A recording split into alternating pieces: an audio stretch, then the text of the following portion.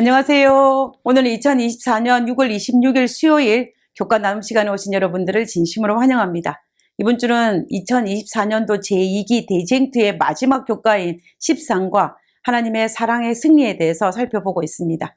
기도드리고 오늘 수요일 교과 내용을 살펴보도록 하겠습니다. 기도하겠습니다. 하늘에 계신 저희들의 아버지 감사합니다. 저희들에게 인류의 마지막을 보여주시고 우리의 끝이 어떠한지를 알게 하신 하나님의 은혜로 인하여 감사합니다. 오늘도 우리를 위해서 예언해 놓으신 그리고 정해 놓으신 그 구속의 계획 안에 우리가 들어가 하나님께서 우리에게 베풀어 주신 하나님의 큰 사랑을 깨닫고 오늘 하루도 하나님 안에서 누릴 수 있는 그 큰 축복을 누리는 하루로 살 수 있도록 주여 도와주시옵소서.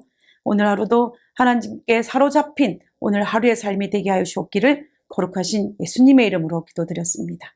아멘. 감사합니다. 우리는 일월 서지와 오늘 소지를 통하여서 예수님의 재림 직전에 악인에게는 칠지양이 그리고 의인에게는 야곱의 환란이 있다는 사실을 확인하였습니다. 그리고 그 야곱의 환란을 우리가 잘 통과하기 위해서는 예수님에 대한 재림에 대한 소망이 얼마나 필요한지도 우리가 확인할 수가 있었는데요.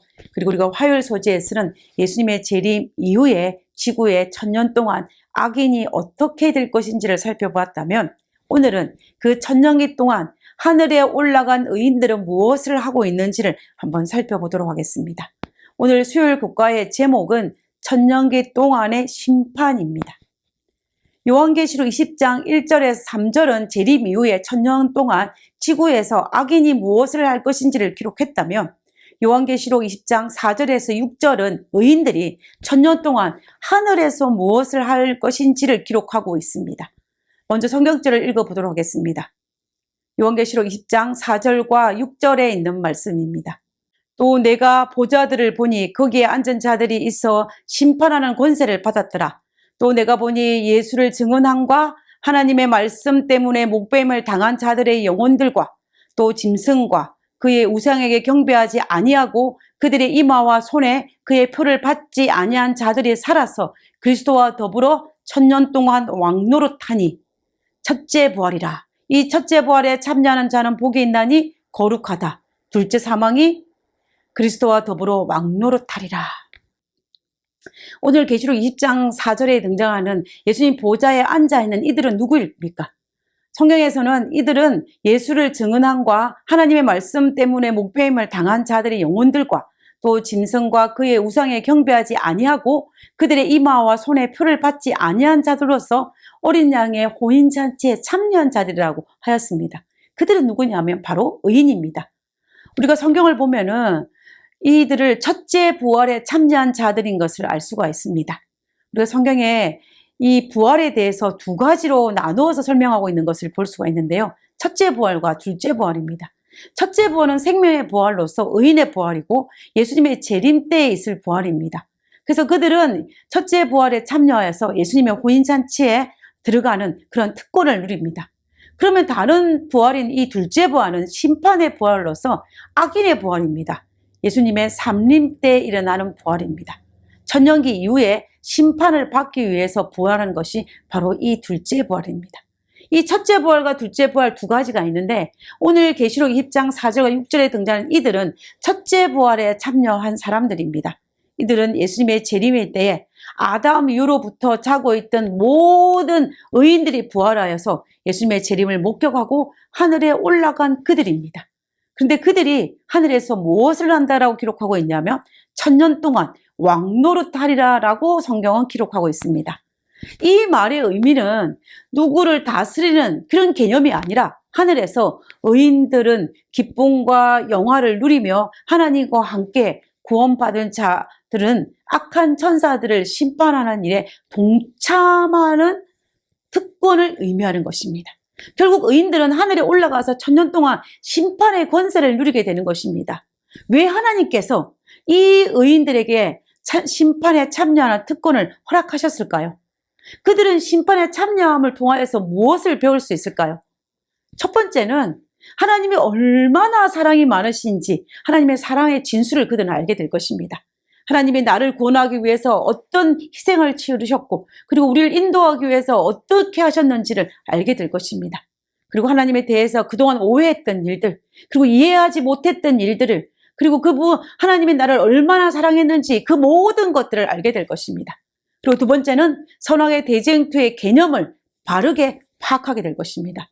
내가 지상에서 사는 동안 접촉하고 알게 된 모든 사람들과 관계의 진상을 알게 됨으로 말미암아 우리가 그동안 오해했던 그 모든 것들을 풀고 우리가 이해할 수 있을 뿐만 아니라 충분한 마음으로 용서할 수 있는 마음까지 가지게 되는 것입니다. 우리 마음속에 조금도 오해가 없게 말입니다. 그리고 세 번째는 사탄이 어떤 정체를 가졌는지를 정확하게 파악하게 될 것입니다. 사탄이 지구 역사의 배후에 어떻게 인류를 속여왔으며 나를 구원하지 못하게 하기 위해서 그가 어떻게 활동했는지 이 사탄의 진상을 알게 되는 것입니다. 그 다음에 네 번째는 선과 악에 대한 판단력이 우리가 발달하게 될 것입니다.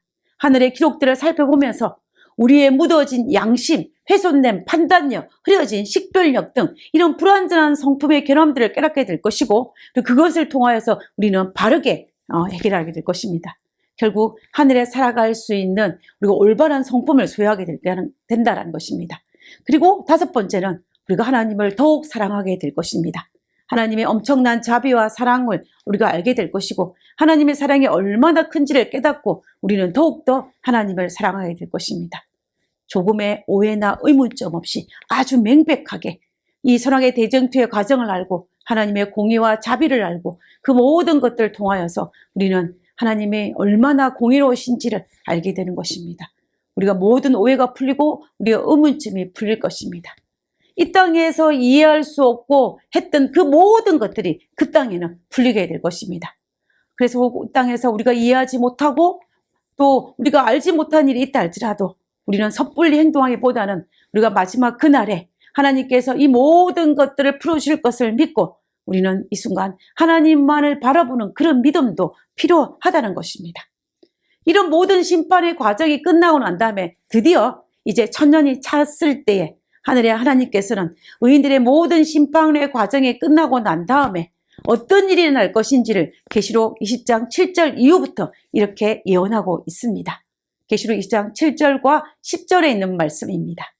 천년이 참에 사탄이 그 옥에서 놓여 나와서 땅의 사방 백성 곧 곡과 마곡을 미혹하고 모아 싸움을 붙이리니 그 수가 바다 모래 같으리라. 그들이 지면에 널리 퍼져 성도들의 진과 사랑하는 성을 두루매 하늘에서 불이 내려와 그들을 태워버리고 또 그들을 미혹하는 마귀가 불과 유황불에 던지니 거기는 그 짐승과 거짓 선자도 있어 세세토록 밤낮 괴로움을 받으리라. 천년 이후에 다시 전쟁이 일어나는 모습을 설명하고 있습니다. 천년 이후에 죽었던 악인들이 둘째 부활을 통하여서 살아남으로 사탄이 다시 한번 하나님을 공격하는 전쟁을 일으키는 것입니다. 이것을 두고 우리는 곡과 마곡의 전쟁이라고 합니다. 왜 곡과 마곡의 전쟁이라고 했을까요? 우리가 에스겔 38장을 보면은 곡과 마곡은 고대 이스라엘 백성들을 괴롭힌 적들의 이름입니다.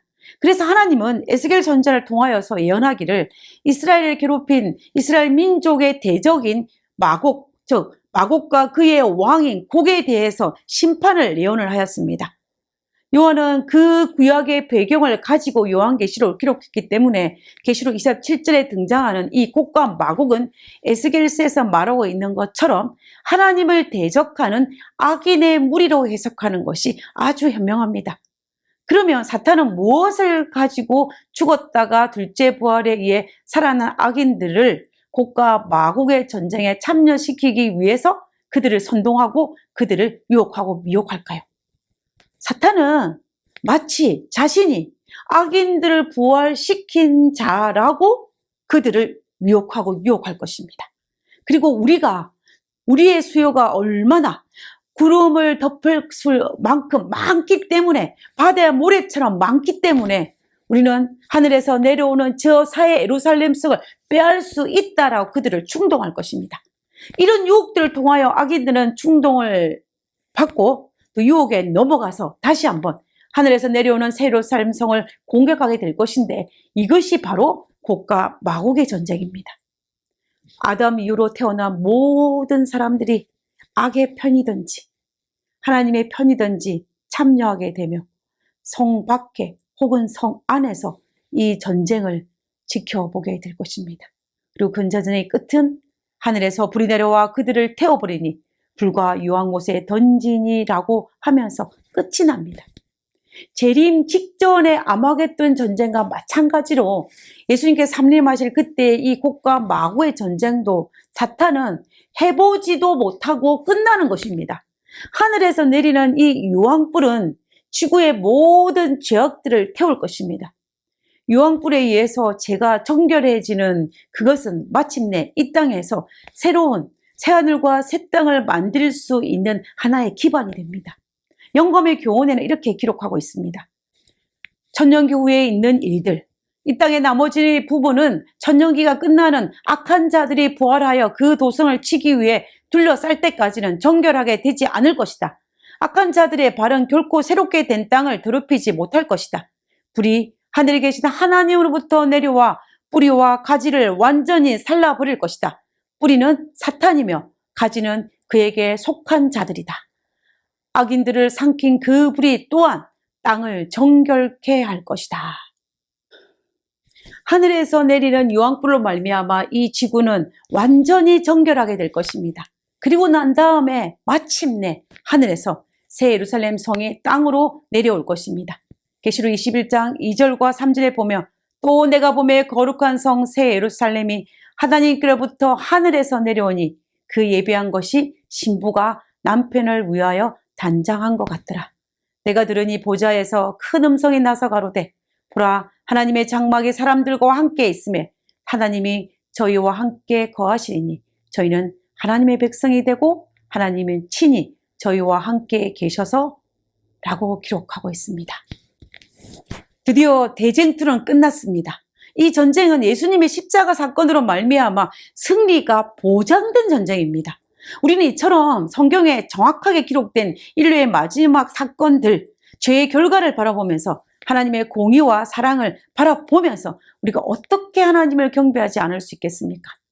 오늘 하루도 하나님을 그 놀라우신 하나님의 사랑을 바라보며 감탄하고 감사하며 살아가는 우리가 되었으면 좋겠습니다. 그리고 우리 모두 그 마지막 대쟁투가 끝나는 그날에 새 예루살렘 성 안에 있는 우리 모두가 되기를 간절히 바라면서 오늘 말씀을 기도하고 마치도록 하겠습니다. 기도하겠습니다. 하나님께서 하시는 모든 일이 분명하게 나타날 때에 우리의 믿음은 얼마나 분명하게 나타날지 생각해 봅니다. 믿음이 부족하고 죄가 많지만 오직 주만 바라봅니다. 은혜를 주셔서 하나님의 나라 임할 때 그 나라에 들어가게 인도하여 주옵소서. 하나님 저희들의 아버지 오직 주만 바라봅니다. 아버지 우리가 이 말 외에는 할 수 없음을 인하여 하나님 우리를 불쌍히 여겨주시고 우리가 하나님을 바라봄을 통하여서 그 대쟁투의 마지막 그날에 예루살렘 성 안에 있는 특권을 누리게 주여 도와주시옵소서. 아버지 우리가 이 감격스러운 이 승리의 순간에 우리가 예수님을 바라보며 기뻐할 수 있는 그 환호의 무리에 들어갈 수 있도록 우리를 붙들어 주시옵소서. 오늘 하루도 하나님을 의지하며 살아가기를 원하오니 우리와 함께 하시옵기를 거룩하신 예수님의 이름으로 기도드렸습니다. 아멘.